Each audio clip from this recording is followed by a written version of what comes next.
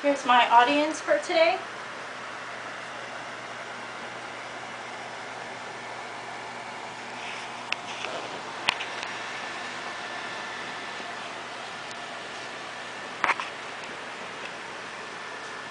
Hi, my name is Bucaro and I'll be doing my informative speech today. NASGraphics.net states 10 reasons why you should learn Adobe Photoshop. Those reasons include: number 1, to express yourself; number 2, to create different graphic design projects; number 3, you can restore old photos; number 4 is artistically combine graphics with text; number 5, you can make artworks using brushes; number 6, you can change the color of a photo; number 7, you can correct photograph mistakes; number 8, you can do t-shirt designs; number 9, you can transform pictures artistically; and the last and final reason is you can have personal fulfillment. Before you can even start editing, you have to have the basic knowledge of the program known as Adobe Photoshop. As many of you today have taken many photos and you have seen any kind of red eyes, or maybe you want a softer feel to the photo. I have spent many years working with this product and have obtained enough information and knowledge about the program as well as the company to be able to present this speech to you. Today I'll be teaching you the basics about Adobe Photoshop, where you can purchase the item, simple effects and tricks to help you on your way to professionally editing. The first step is how to purchase Photoshop. You can buy Photoshop from many different sites online, or as well as any kind of stores in your local area.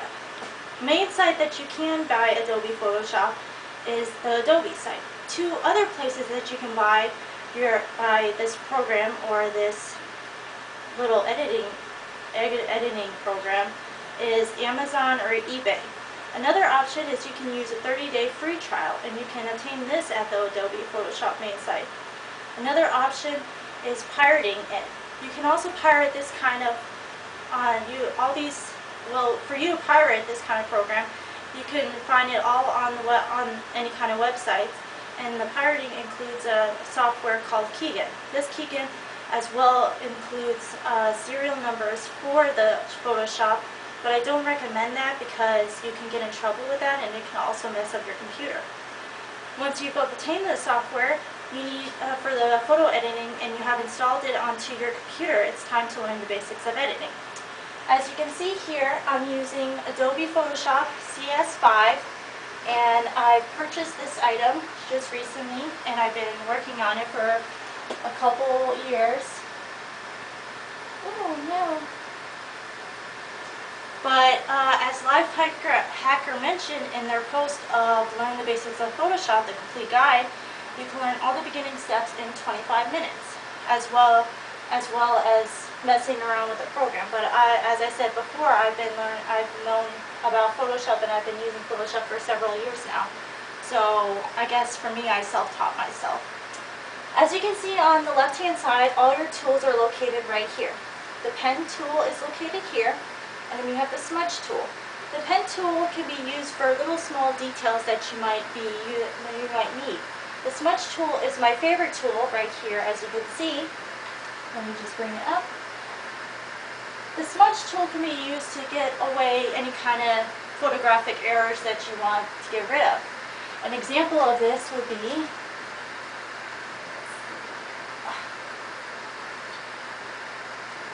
in this photo right here of my sister and her prom date. You can see right above here, he has a smudge from the light. I've used the smudge tool to get rid of that smudge, and the end result is here. As you can tell, there's no smudge tool right here, or there's no smudge or light glare or anything right here. You can also learn many tricks on PhotoshopEssentials.com. The site gives you, as stated, many basic tutorials that are perfect for beginners. As I said before, I basically self-taught myself, so I really don't need to be looking at the tutorials. But the last step is, now that you have the basic knowledge of where everything is at, you can begin using effects and actions to make your photos look even better. You can use effects on your photo, as you can see in this right here, and as many other photos. This was the original one, and as you can see, it's a little bit plain.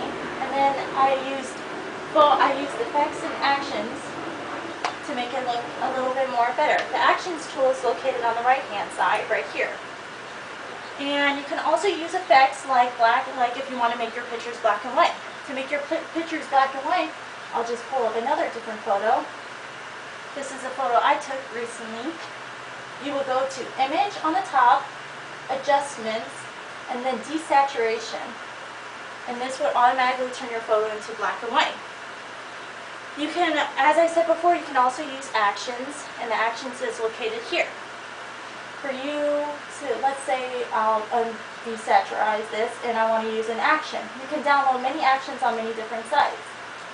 Once you have the action downloaded, you can basically click on it and then click the play button, and it'll change the effects on your photo.